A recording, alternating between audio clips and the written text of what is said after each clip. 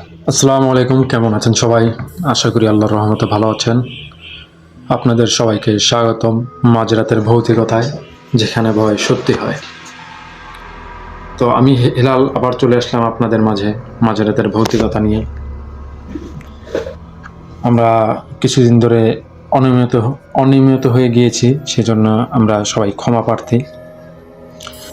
তো আর বেশি দেরি না করে আমরা চলে যাব সরাসরি একটা ঘটনায়, যে ঘটনাটা সংগ্রহ করেছি এক বড় ভাইয়ের কাছ থেকে। তো ঘটনাটি আমি দেরি না করে শুরু করে দিই। ঘটনাটি ঘটে এক বড় ভাইয়ের সাথে। তার নাম প্রকাশে তিনি অনিচ্ছুক। তো আমি ঘটনাটি এভাবেই শেয়ার করি। তো উনি যখন ছোট ছিল, উনি যখন 10-12 বছর বয়স, তখন থেকেই উনি 5 ওয়াক্ত নামাজ পড়তেন আগে থেকেই। আর ওনার ফ্যামিলির, যেমন ওনার মা বাবা, সবাই মোটামুটি আল্লাহর রহমতে 5 ওয়াক্ত নামাজ পড়তেন। তো কোনো এক রাতে ভোরবেলা উনি 5 ওয়াক্ত নামাজ যেহেতু পড়ে, ফজরের নামাজের আজান হয়েছে, তারপর পরই উনি নামাজের জন্য বের হয়, মসজিদে গিয়ে নামাজ পড়েন। নামাজ পড়ার পরে ওনার একটা অভ্যাস ছিল যে ছাদে হাঁটাহাঁটি করা। ওনার বাড়ি ছিল, বাড়ির ছাদে একটু হাঁটাহাঁটি করতো। তো বাড়িটা একটু গ্রামের দিকে বললেই চলে, হালকা একটু গ্রামের দিকে। তো উনি যখন হাঁটাহাঁটি করছিল, উনি নর্মালি হাঁটাহাঁটি করছিল, উনি আবার হাঁটাহাঁটি করে বাড়িতে ফিরে আসে। ফিরে সারাদিন যেই কাজগুলো করে, লেখাপড়া, খেলাধুলা, যে কাজগুলো করে, তারপরে উনি রাত্রে শুয়ে পড়ে। শুয়ে পড়ার পরে ওনার হঠাৎ স্বপ্ন আসে যে তুই যে এই ছাদে হাঁটাহাঁটি করিস, তুই কি তুই তো আমার গায়ে পাড়া দিছিস, আমার ছায়ায় পাড়া দিছস, তুই আর এরকম করিস না, তুই ছাদে যায় এই করিস না, হাঁটাহাঁটি করিস না, আমার সমস্যা হয়, আমার ছায়ায় তুই পাড়া দিছস, এরকম কিছু কথাবার্তা বলার পরে উনি নর্মালি বিষয়টা নেয় যে এই ঘটনা আর কাউকে বলে না। পরের দিন ওই সেম, আবার উনি উঠা আবার ফজরের নামাজ পড়ে ছাদে হাঁটাহাঁটি করে। হাঁটাহাঁটি করার পরে আবার সেম ওই স্বপ্নটাই পরের দিন আবার দেখে যে তোর না করছি, তুই বারবার কেন করতেছিস, তোর তো একবার না করছি, তুই আবার কেন ছাদে গেছিস, তুই ছাদে কেন গেলিস, আর আমি যেখানে থাকি তুই সেখানে বারবার যাইতেছস, আর আমার ছায়া পাড়া দিচ্ছিস। এই সব কথাবার্তা ওনাকে স্বপ্নে দেখায়। উনি যেহেতু ছোট মানুষ ছিল, নর্মালি উনি বিষয়টা নেয় না। তো এরকম পরের দিন দেখানোর পর তার পরের দিনে আবার সেম ওইভাবেই ছাদে হাঁটাহাঁটি করে নর্মালি বিষয়টা নিচে, হয়তো বা স্বপ্নে খারাপ কিছু দেখতে পারে, কিন্তু উনি বিষয়টা ওরকমভাবে নেয়নি। তো পরবর্তীতে ওনার যে আম্মু, পরের দিন ওনার আম্মুরে দেখায় যে এরকম এরকম তোর ছেলে তো এরকম নামাজ পড়ার পর ছাদে যায়, ছাদে যাওয়ার পর হাঁটাহাঁটি করে, আমি তো যখন ওইখানেই থাকি, একটা পড়ে এটা, তো ওইখানে থাকি, ওইখানে আমার ছায়া পাড়া দিছে। আর একদিন এরকম প্রতিনিয়ত করতেছে, 2-3 দিন ধরে করতেছে, তোর ছেলেকে না করিস। তো মহিলা এই ওনার আম্মু আবার উনি এই বিষয়টা ওনার ছেলের মতো নর্মাল ভাবে নিছে। তো এরকম কিছুদিন করার পরে নর্মালি আর কোনো স্বপ্ন দেখে না। ওখান থেকেই মনে করেন যে আর কোনো সমস্যা ওই ইসের সময় হয়নি। তো সমস্যাটা শুরু হয় যখন উনি বিয়ে করার পর থেকেই মনে করেন ওনার সমস্যাটা শুরু হয়। যে উনি একটা ব্যবসা করতো, ওই ব্যবসায় মনে করেন যতই আয় উন্নতি করার চেষ্টা করতো, ধীরে ধীরে অবনতি। বিয়ের আগে কিন্তু সব ঠিকই ছিল, বিয়ের পরেই মনে করেন ওই অবনতি শুরু হয়, ব্যবসার অবনতি, শরীর আস্তে আস্তে খারাপ হয়ে যাচ্ছে, বাপ মার সাথে মনে করেন খারাপ আচরণ, ওনার স্ত্রীর সাথে খারাপ আচরণ। আর দিন দিন সবাই একটা জিনিস খেয়াল করেছে, ওনার স্বাস্থ্য মোটামুটি ভালোই ছিল, ওনার স্বাস্থ্য দিনে দিনে কমে যাচ্ছে, মনে করেন ধীরে ধীরে শরীর শুকিয়ে যাচ্ছে। তো নর্মালি এই বিষয়টা সবাই প্রথম একটু নর্মালি নেয়, হয়তো বা বিয়ার পরে একটু মস্তিষ্ক একটু সমস্যা হয়েছে বা এরকম নর্মালি একটা বিষয় নেয়। তো আস্তে আস্তে যখন দেখে শরীর স্বাস্থ্য, তারপর সবাইকে বকাবাজি শুরু করেছে, তারপর গালমন্দ করছে, বাবা মার সাথেও খারাপ ব্যবহার, বউর সাথেও খারাপ ব্যবহার, ব্যবসা বাণিজ্যের দিকে মনে করেন খারাপের দিকে, ধীরে ধীরে ব্যবসা বাণিজ্য ধ্বংস হয়ে যাচ্ছে। এরকম করতে করতে ধীরে ধীরে ওনার ফ্যামিলি হয়তো বা বুঝতে পারে যে কিছু একটা হয়েছে। কিছু একটা হওয়ার পরে মনে করেন এই কোনো এক কবিরাজের কাছে যাওয়ার পরে কিছু ওনারা ডিরেক্টলি না করে দেয় যে কবিরাজ গেছে, কবিরাজের কাছে যাওয়ার পরে কিছু কিছু কবিরাজ ডিরেক্টলি না করে দেয় যে আমরা এই সমস্যার সমাধান করতে পারবো না, ওনার সাথে সে ছোটবেলা থেকে এই পরিটা আছে, আমরা কিছু করতে পারবো না। তো পরবর্তীতে এই অনেক কিছু কবিরাজের কাছে যায়, একজন কিছু কবিরাজের কাছে না করে দেওয়ার পর একটা কবিরাজের কাছে যায় ওনার গ্রামের 2-3 গ্রাম পরে একটা লোক ছিল, উনি খোঁজটা পায়, খোঁজ পাওয়ার পরে এক কবিরাজের হুজুর বললেই চলে, হুজুরের খোঁজ দেয়। হুজুরের খোঁজ দেওয়ার পরে উনি এই পরিটার সাথে কথাবার্তা বলে। কথাবার্তা এমন হয় যে উনি ওনাকে ছেড়ে দিতে রাজি হয় বিনিময়ে একটা খাসির। তো এই নিয়ে অনেক বাকবিতণ্ড হয়, অনেক কথাবার্তা হয় যে ফ্যামিলি দিবে কেন, এই সেই অনেক বাকবিতণ্ডা হয়। তো পরবর্তীতে যখন মেরে ফেলার হুমকি দেয় পরীকে বন্ধ করে, তো তখন উনি করে কি যে রাজি হয় যে তুমি আমাকে একটা খাসি দিবা, তাহলে আমি তোমার এই রোগীকে ছেড়ে দিব। তো কন্ডিশনটা এমনভাবে দেয় যে এই যে খাসিটা জবাই করে এই একটা এতিমখানা মাদ্রাসার পুরো খাসিটা দিয়ে দিতে হবে। তো যেই বলা সেই কাজ কিছুদিন পর, এই 2-3 দিন পরে এই কাজটা সম্পূর্ণ করা হয় এমনভাবে যে বলা হয় যে পুরো খাসিটা এতিমখানা মাদ্রাসায় দিয়ে দেওয়ার জন্য, যাতে ওনারা এতিমখানা মাদ্রাসার শিশুরা খেতে পারে, সেই পরিটা বলেছিল। তো ওনারা সেই খাসিটা জবাই দিয়ে মনে করেন হতদরিদ্র মনে করেন যে মানুষগুলো ছিল তাদের খাওয়ায়।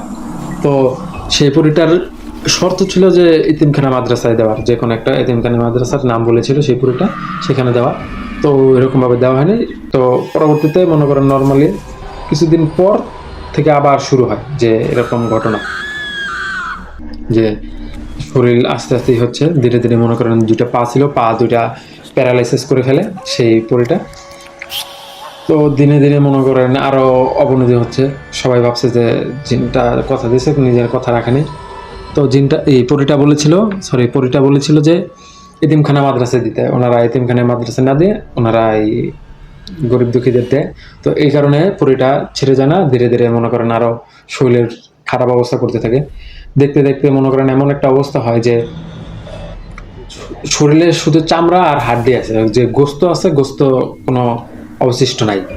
চেহারাটা এমন হয়ে গেছে, মনে করেন কত সুন্দর একটা চেহারার মানুষ, সে চেহারাটা দেখলে মনে হয় না যে 2টা চোখ আছে আর চোয়ালের যে হাড্ডিগুলো আছে, আর মনে করেন যে উপর থেকে চামড়া, এরকম বোঝা যাচ্ছে একটা কঙ্কাল। মনে করেন একটা কঙ্কালের চামড়া দিয়ে শুধু মনে করেন আবৃত করা আছে এরকম ভাবে। তো উনি পরবর্তীতে করে যে অনেক হুজুর কবিরাজ দেখায়, তারা কিছুই করতে পারে না। আর এরকম বলে যে উনি এক কবিরাজকে দেখাইছিলাম, উনি বলছিল যে একটা খাসি দেওয়ার পর তার কিছু হয়নি।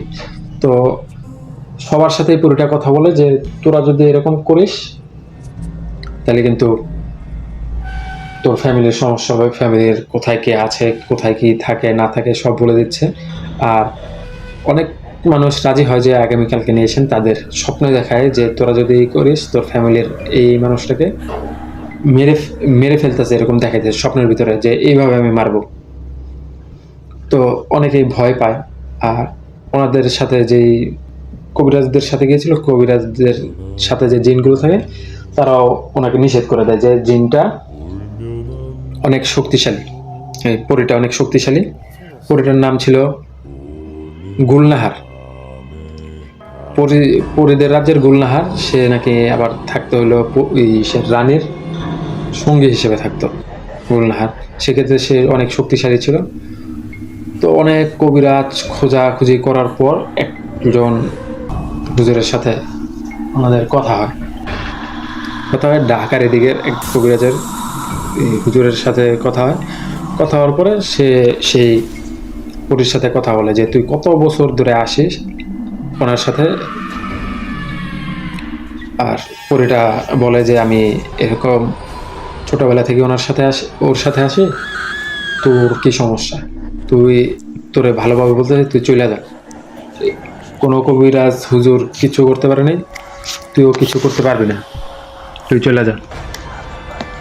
তো সেই হুজুরটা বলে যে আজকে তুই এখান থেকে যাবি, আর নাইলে তোর মৃত্যু হইব, আর তুই কি চাস সেটা বল। তো পরবর্তীতে বলে যে আমি কিছু চাই না, তুই যত যাই করিস আমি এর থেকে কোথাও যাব না, আর দেখি তুই কত শক্তিশালী যে তুই এর থেকে আমাকে এর থেকে আলাদা করিস। একে আমি না মারা পর্যন্ত আমার শরীরে শান্তি আসবে না। তো অনেক বাকবিতণ্ডা তৈরি হয় যে ওর মারে আমি স্বপ্নে দেখাইছিলাম, ওরেও স্বপ্নে দেখাইছিলাম, ও যদি তখন থেকেই যদি সাদিয়ান না যাইতো তাহলে এই সমস্যাটা হইতো না। সমস্যা তো ওর, আমি এমন না যে ওর মায়ের স্বপ্ন দেখায়নি, ও হয়তো বা ছোট মানুষ ছিল, ওকে ও বুঝে নেই, কিন্তু ওর মা তো বড় মানুষ ছিল, ওর মারেও আমি স্বপ্নে দেখাইছি, তো ওর মাও কেন এটা নিল না। তো বলে যে তোরে তো অনেকভাবেই সারানোর চেষ্টা করছিল ওনারা, না? বলে হ্যাঁ, যে একবার আমি যাইতে চাইছিলাম কিন্তু ওনাদের বলছিলাম যে তখন আমি চলে যেতাম, কিন্তু ওনাদের বলছি যে মাদ্রাসা, এতিমখানা মাদ্রাসায় একটা খাসি দিতে। ওনারা জবে ঠিকই করছে, কিন্তু এতিমখানা মাদ্রাসা না দিয়ে ওনারা গরিব দুঃখীদের দিছে। আমি তো বলি নাই যে গরিব দুঃখীদের দিতে, আমি বলছি যে এতিমখানা মাদ্রাসায় দিতে। তো অনেকক্ষণ বাকবিতণ্ডা চলার পরে ওই বলে যে তোর নাম কি? তখনই ওই বলে যে আমি গুলনাহার, পুরীর রাজ্যের গুলনাহার। পরে বলে যে পুরীর রাজ্যে তুই কি করিস? আমি পুরীর যে রানী আছে তার যে কাজবাজ করি, তার দেখাশোনা আমি করি। পরে বলে তুই কি মনে করেন, ওনারে রাগানোর অনেক চেষ্টা করতেছে যে তুই কি ওইখানে ঘর ঝাড়ু দিস বা রাস্তাঘাট পরিষ্কার করিস, এরকম ভাবে টুকটাক অনেক ভাবে কথা বলে মনে করেন রাগানোর চেষ্টা করে। তুমি সেই পুরীটা এক পর্যায়ে রাইগা বলে যে তোর সবকিছু আমি ধ্বংস করে দেবো, তুই এখান থেকে বাড়ি যাইতে দেখবি তোর ফ্যামিলির সবাই শেষ। তো এরকম কথাবার্তা বলার পরে এমন একটা সুরা পরে ফু দেয় সেই লোকটার গায়ে। তখন ওই লোকটা মনে করেন চিল্লাইতে থাকে, যে পুরীটা চিল্লাইতে থাকে যে আমাকে কিছু করিস না, তুই ছাইরা দে, তুই এরকম করতেছিস কেন, তোরে কিন্তু আমি মাইরা ফেলাম। টুকটাক এরকম কথা বলে লাস্টে যে পুরীর রাজ্যের গুলনাহারে তুই কিছুই করতে পারবি না, যত যাই করিস, আমি শুধু একবার এখান থেকে বের হই তাহলে তোর খবর আছে, তোর আমি মাইরা ফেলাম। তো এরকম অনেকক্ষণ ধরে কথা বলে। অনেক কথা বলার পর বলে যে আমি ওরে ধ্বংস করছি, ওর মৃত্যু দেওয়া না পর্যন্ত আমি ওরা ছাড়বো না। আর ওর বউর সাথে আমি ওর অনেক গ্যাঞ্জাম লাগাইছি, ওর ব্যবসা আমি নষ্ট করছি, ওর মা বাবার সাথে খারাপ ব্যবহার করেছি, যাতে ওরা ধীরে ধীরে সবাই ছাইরা চলে যায়, যাতে ওরা আমি একা নিজের মতো করে মারতে পারি। তো মাঝখান থেকে তুই চলে আসছস, তোরা আমি মাইরা ফেলাম। তো এরকম অনেক কথাবার্তা বলার পর লাস্টে হুজুর সুরা পুরা কন্টিনিউয়াসলি দিচ্ছে। আর যে ওনার কাছে জমজমের পানি ছিল, জমজমের পানি ছিটিয়ে মারার পরে ধীরে ধীরে এই পুরীটা ওনারা ছাড়তে রাজি হয়, কিন্তু একটা দেয়, যে শর্ত দেয় যে আমাকে ওইরকমভাবে আর একটা খাসি এনে দিতে হবে, খাসি কিনা আমাকে দিতে হবে। হুজুর বলে আমি কোনো ভোগ টোক, মনে করেন যে কোনো ভোগ টোক দিই না, কোনো আজ পর্যন্ত আমি এত মানুষের করছি, আমি কাউরে দেই নাই, আমি দিব না। তো বলে যে আমি যে পর্যন্ত তুই রাজি না হবি সেই পর্যন্ত আমি তার ছাড়বো না। পরে হুজুর আবার জমজমের পানি গায়ে ছিটিয়ে দেয়। তারপর হুজুর বলে তুই ওর সাইডে চলে যা, প্রথমত ওর পাটা ঠিক করে দে, ওর পায়ে যে তুই বান দিছস ওই বান ঠিক করে দে, তাহলে আমি তোরে ছেড়ে দিব।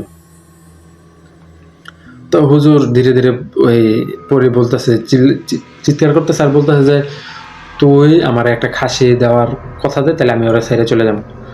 তো ধীরে ধীরে হুজুর আরো মনে করেন দোয়া কালাম পরে ফু দিতে থাকে। তো ধীরে ধীরে বলে যে আমি ওরা সাইডে চলে যেতেছি, তুই আমার মারিস না, বোতল বন্ধ করিস না, মারিস না। তো পরবর্তীতে উনি শরীরের যে পা ছিল, পার বান ছেড়ে দেখে, ফ্যামিলি দেখে যে আস্তে আস্তে পা নড়তেছে। তো তখন উনি কি করে, যে হুজুর ছিল উনি কথাবার্তা বলে তুই চলে যা, তোরে আমি ছাড়বো না, তুই আগে যেমন ওর কাছে আবার ফিরে আসছিস, তুই এমন হইতে পারে যে তুই মিথ্যা বললে তুই যাইতেছিস। তো পরবর্তীতে উনি সেই পরিটার জবাই করে মেরে ফেলে। এই ছিল মনে করেন ওই বড় ভাইয়ের সাথে ঘটা ঘটনা। তো এই ছিল আজকে রাতের মাঝরাতের ভৌতিকতা, যেখানে ভয় সত্যি হয়। আর আপনারা কিছু লোক আছেন যারা ঘটনা শুনছেন, শেয়ার করছেন না, সাবস্ক্রাইব করছেন না, অবশ্যই আমাদের পাশে থাকবেন। আমাদের সাবস্ক্রাইব করে এই পরিবারটা আমাদের বড় করে দেন, যাতে আমরা পুরো বাংলাদেশব্যাপী এই অনুষ্ঠানটা প্রচার করতে পারি, আর ধীরে ধীরে আমাদের প্রবাসী ভাইদের কাছে পৌঁছে দিতে পারি, যারা এক বাংলাভাষী ভাষার কথার জন্য, কোনো অনুষ্ঠানের জন্য বসে থাকে। আমরা তাদের কাছেও জানি একটু খুশি পৌঁছে দিতে পারি। আর আপনারা চাইলে আমাদের কাছে ঘটনাগুলো শেয়ার করতে পারেন। আমাদের ইমেল হচ্ছে mazraterбхаутиката@gmail.com, যার স্পেলিং বা বানান আমরা ডিসক্রিপশনে দিয়ে দিয়েছি। আপনারা অবশ্যই ঘটনা পাঠাবেন আর আমাদের সাথেই থাকবেন। এই বলে আপনাদের কাছ থেকে বিদায় নিচ্ছি। আল্লাহ হাফেজ। আসসালামু আলাইকুম রহমতুল্লাহি বারকাতুহু।